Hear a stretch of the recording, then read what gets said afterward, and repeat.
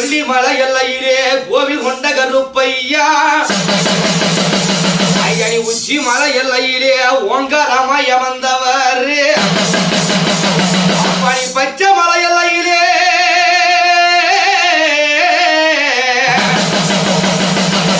பச்சை மலை எல்லை விட்டு பாங்குடனே வாரும் ஐயா